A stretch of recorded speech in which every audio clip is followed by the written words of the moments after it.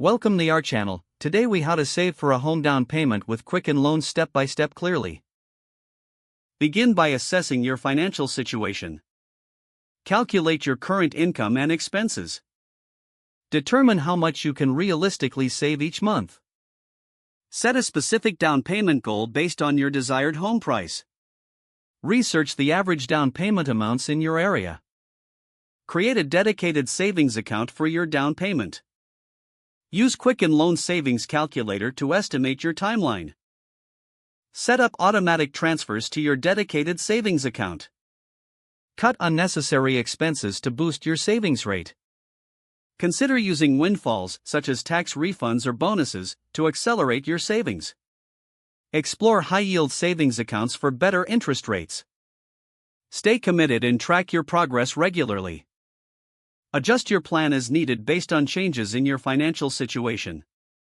Seek advice from a financial advisor if necessary. Once you reach your down payment goal, prepare to apply for a mortgage. Ensure all your financial documents are organized for the mortgage application process.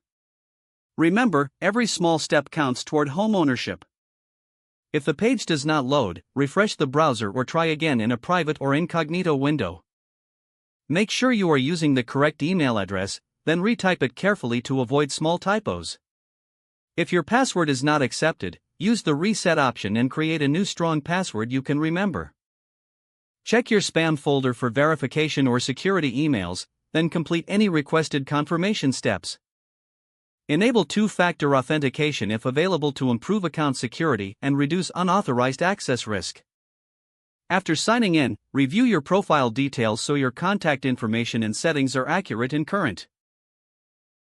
If you see an error message, note it down and try again after restarting your device and internet connection. Log out when you finish, especially on shared devices, to keep your account and payment information secure. If the page does not load, refresh the browser or try again in a private or incognito window. Make sure you are using the correct email address, then if your password is not accepted, use the reset option and create a new strong password you can. Don't forget to like this video and subscribe to our channel for more step-by-step tech guides.